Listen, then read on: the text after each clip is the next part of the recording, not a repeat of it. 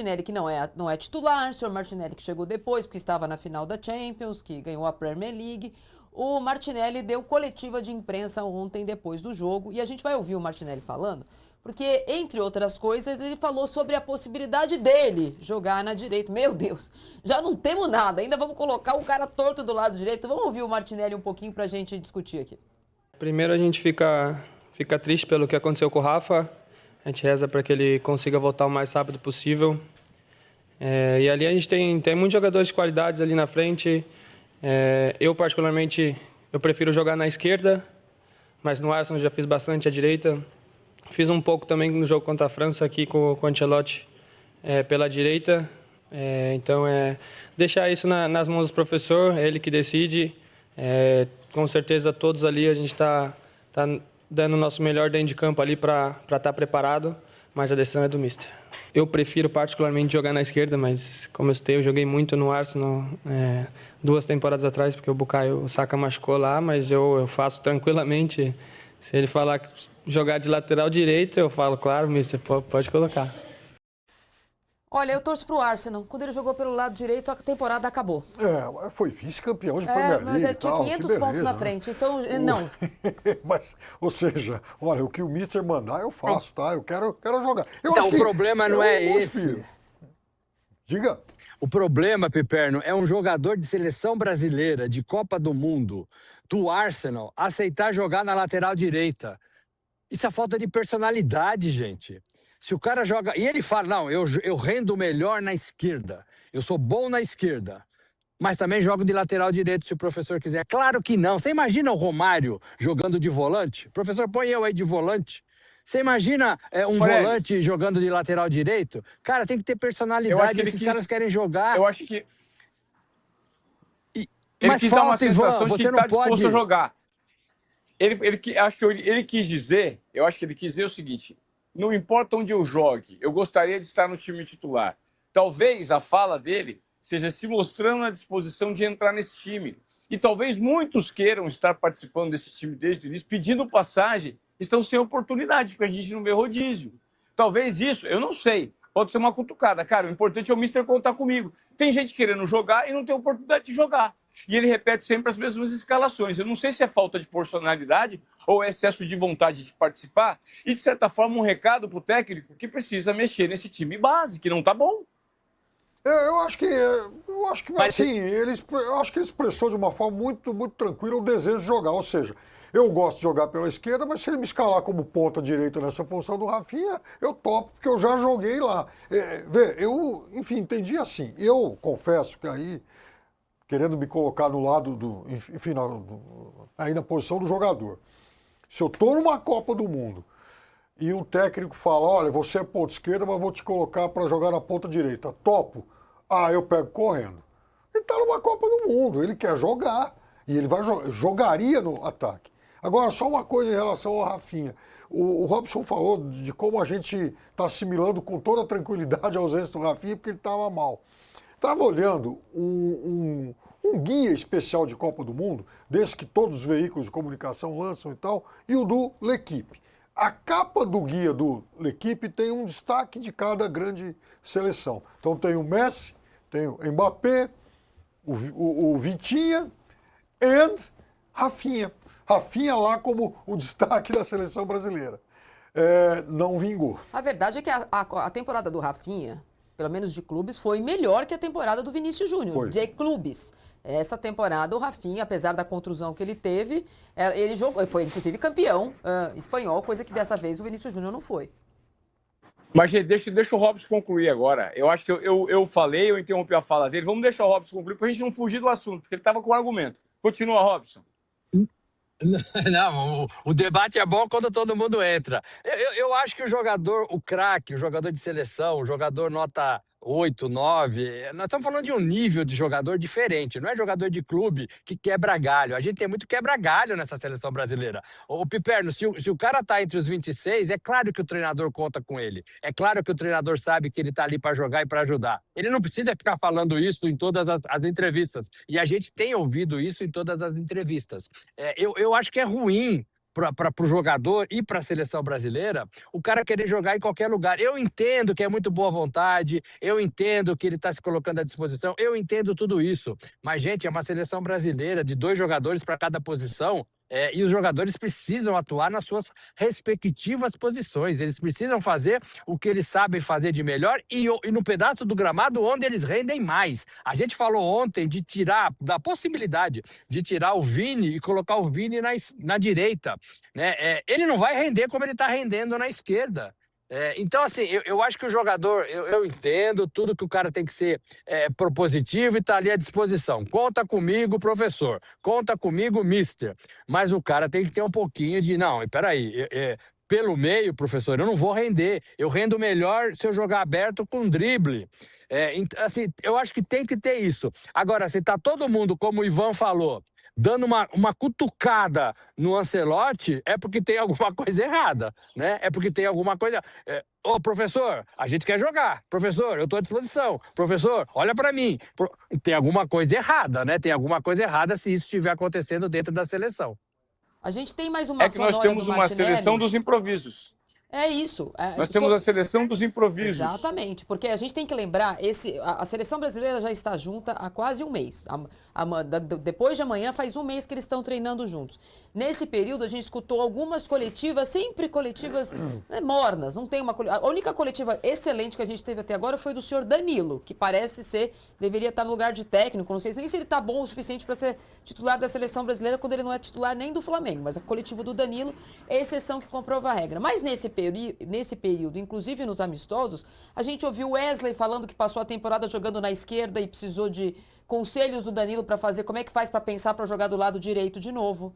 A gente ouviu o Paquetá reclamando que de ponta ele não sabe jogar tão bem, mas que no meio ele funciona melhor, como a gente escutou ontem. A gente viu o Ibanho jogando de lateral direito, sendo que a temporada toda dele na Arábia Saudita ele não jogou um jogo de lateral direito, ele jogou lá atrás, quando ele foi jogador da Roma, algumas vezes assim. Então o Moré tem razão em relação ao improviso. A gente começou o programa falando que o Ancelotti está em xeque, porque eu acho que em 15 jogos ele já tentou de tudo, gente. E agora a gente está vendo a possibilidade de uma improvisação de um jogador que 2 temporadas atrás, na Premier League, substituiu o Saka machucado, que joga por ali, e que em um amistoso entrou no segundo tempo contra a França, que nós perdemos do lado direito. Gente, é a seleção brasileira, né? Eu sei, Marília, eu entendo isso, mas eu acho então que além de todos os problemas que a gente apontou em relação a esse grupo de jogadores, nós estamos formando jogadores menos inteligentes que os outros. Também. A França, por exemplo, teve enormes dificuldades contra a Senegal no primeiro tempo da estreia. O Deschamps, para a segunda etapa, ele trocou os mesmos jogadores, não trocou nenhuma peça, mas ele mudou a forma de jogar de todo mundo. O Olise saiu do lado, veio armar, o Dembélé estava de um lado, foi jogar do outro. Eu fico olhando isso e a gente admira muitas vezes a versatilidade de muitos jogadores. O Harry Kane, o Kane sai lá da frente, vem buscar a bola, vem armar e tal. Então são jogadores intensos também porque eles conseguem exercer muitas funções do jogo. Aí a gente pega a seleção brasileira, se o sujeito não jogar naquele cercadinho onde ele está acostumado, parece que ele não anda mais, parece que ele se, desequilibra. É o canhoto que vai pisar no degrau do ônibus com o pé direito primeiro e cai. Não pode, quer dizer, o jogador também tem que se esforçar para isso, né?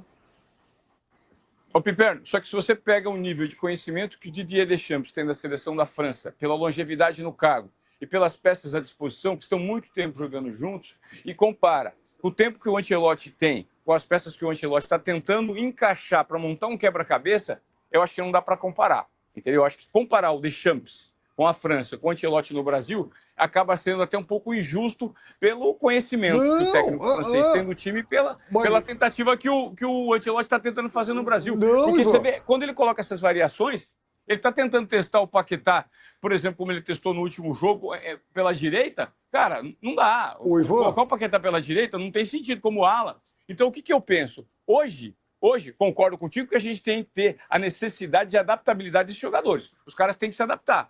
Agora, não tá, cara. O Brasil é inteirinho improvisado. Você tem zagueiro fazendo lateral direita, você tem meio-campista caindo pela beirada do campo como atacante. O único cara, referência que está no Brasil hoje, que faz a diferença e participa de todas as jogadas de gol é o Vinícius Júnior. O resto, bicho, É uma seleção que está remendada, cara.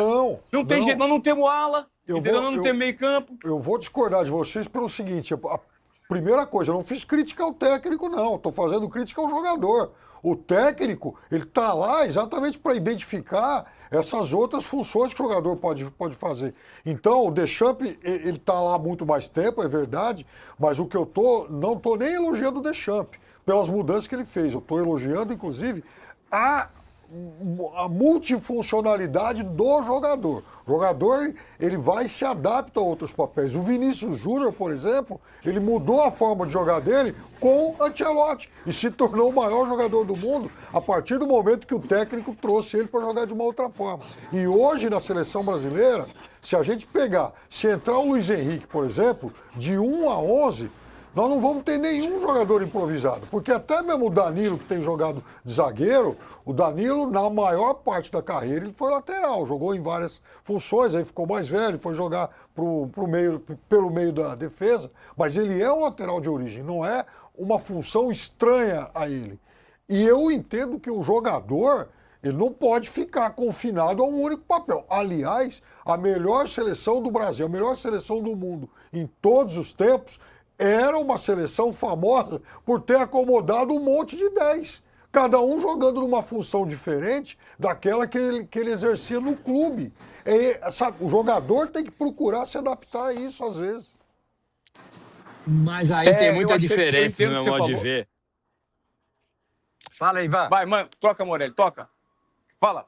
Não, só rapidinho. Aí tem muita diferença, porque o Brasil tá degraus abaixo da seleção de 70, tá degraus abaixo da seleção da França. Eu entendo que o jogador tem que ser versátil e a gente gosta disso também. Mas tem um período de maturação. E o Brasil chegou nessa Copa do Mundo para 8 jogos, se chegar até a final. O Brasil tem que fazer o arroz com feijão, gente. O Brasil não tem um time. O Brasil não tem um time pronto. O Brasil tem problemas na defesa, tem problemas no meio de campo, tem problemas na armação, tem problemas no ataque. Então, quando você tem um time com muitos problemas, você tem que fazer uma coisa um pouco mais segura para a seleção brasileira. Esse negócio de rodar todo mundo, o que o Deschamps fez com a França no primeiro jogo foi sensacional. A gente aplaude e a gente gosta. Mas a seleção não está nesse estágio. Os jogadores não estão nesse estágio. A gente tem que pensar na Copa do Mundo do jeito que a gente chegou. A gente chegou degraus abaixo da seleção da França, por exemplo, de toda essa movimentação. Eu entendo, gosto e concordo com você, Piperno. O jogador não pode ser uma estátua, não pode ser um poste que vai ficar só ali esperando a bola chegar.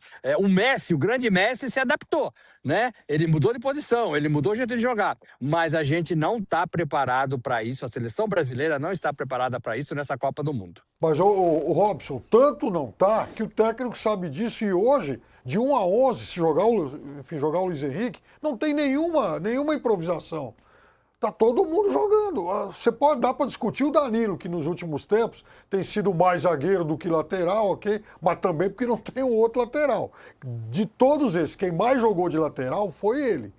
Os outros todos, os 2 zagueiros são zagueiros, na ala esquerda jogam lateral esquerdo, no meio campo os 3 estão fazendo as suas funções normais, no ataque também. O Matheus Cunha, ele sempre foi um misto de 9, de 10 no clube ou na seleção. Então, por enquanto, eu não vejo, nesse momento, nenhuma grande improvisação. A improvisação que há, eu acho, Pipo, é a improvisação do que pensava o Ancelotti, não do jogador na posição.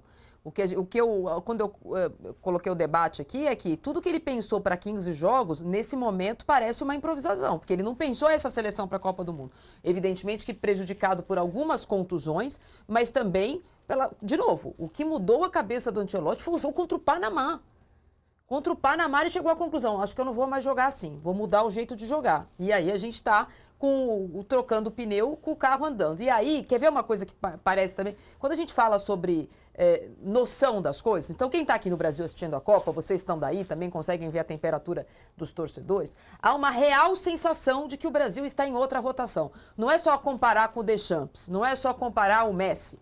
A sensação que se dá quando se senta na frente da televisão, se vai num bar, vai na padaria de manhã comprar um pão, é que o Brasil está ainda na segunda marcha e outras seleções estão jogando em outra marcha e até a possível escalação por alguns minutos do Neymar, ela é discutida sobre a velocidade do jogo. E aí, Todo mundo está assistindo a Copa. Todo mundo viu, por exemplo, o que o Senegal fez contra a França no primeiro tempo, o que Marrocos conseguiu fazer contra o Brasil. Seleções que são menores, né? Mas que conseguiram estabelecer um confronto, uma competitividade com seleções melhores, muito por conta do preparo físico e da velocidade do jogo. Aí o nosso Martinelli vai para a coletiva ontem e, perguntado sobre a intensidade do jogo, se o Brasil está abaixo, responde isso aí, por favor. A Premier League é muito intensa, mas pelo clima aqui também, está muito calor, acaba os jogadores às vezes não conseguindo botar o mesmo nível que faz na liga, que joga, mas e também por outras ocasiões que às vezes não está acostumado a jogar tanto com os mesmos jogadores, não jogou muito tempo, mas eu particularmente acho que a Premier League ainda continua sendo mais intenso que essa Copa, até pelo calor que está fazendo, pelos campos que a gente vem jogando. Mas com certeza está sendo uma Copa muito bonita, com jogos de qualidade, de alta intensidade. Segundo ele, a Copa é menos intensa por conta do calor. Ele não está assistindo o jogo. Acho até que o jogo contra o escoceses jogando em Miami no calor que o Ivan está passando, talvez não tenha esse volume de jogo que a gente tem. Mas até aqui, os jogos que aconteceram estão numa intensidade que talvez o Martinelli não tenha tido tempo de assistir. Cara, a temperatura aqui em Miami tá assustadora, porque aqui é aquele calor úmido. Eu fiz uma entrada um pouquinho antes no programa Antes Corneta, o Acorda, e eu escolhi um ponto que estava até meio nubladinho a hora que eu entrei, porque tem aqui a Bayfront Bay. É um lugar bonito, onde eu estou hospedado. Eu gostaria de mostrar aquele fundo, mas agora, por exemplo, é impraticável, porque está batendo um sol lá, e debaixo do sol a sensação é de uns 42, 43 graus.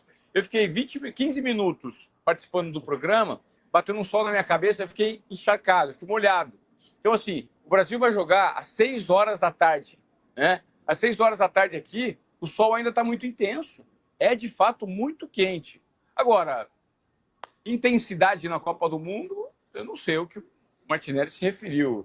Se você não tem intensidade nos treinamentos, eu acredito muito que, levando em conta todo esse debate que nós tivemos, né, eu gostaria de ver sangue jovem no time. É só isso. Eu queria ver o Danilo Santos nesse time, eu queria ver o Luiz Henrique participar mais, eu quero ver o Endrick atuando, pelo menos para ter a sensação do que esses caras podem promover de mudança. A gente está indo para o terceiro jogo e o que se nota é um pragmatismo, uma transformação do time muito a conta-gotas, né? Eu participei da última entrevista coletiva do Ancelotti e ele falou de cara que as mudanças para o jogo contra o Haiti não seriam muitas em relação ao que ele fez contra o Marrocos. Eu não sei se vai se repetir esse mesmo pragmatismo. E a gente corre o risco de ser eliminado, uma 16avos, sem ter testado os jogadores que eventualmente poderiam ter mudado a cara desse Brasil.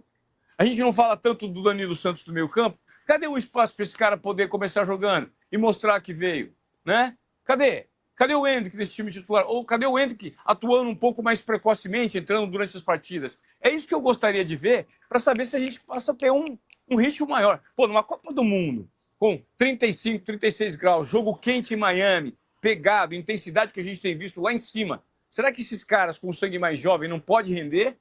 Essa é a minha provocação, entendeu? Certamente. Eu acho que isso também talvez tenha sido um erro de planejamento do nosso mister. Nessa nossa discussão hoje dele em xeque, convocar mais jogadores jovens e dar mais quilometragem para eles antes de ter que fazê-los estrear em jogos que podem ser decisivos, ou mata-mata, ganhou ou perdeu, vai embora, talvez esteja segurando. Quando ele fala, tem que ter calma, o Endrick tem calma, vocês aqui não têm, talvez ele esteja segurando. Para quem está com a gente na LGTV, a gente vai para um rápido intervalo e aqui a gente continua, porque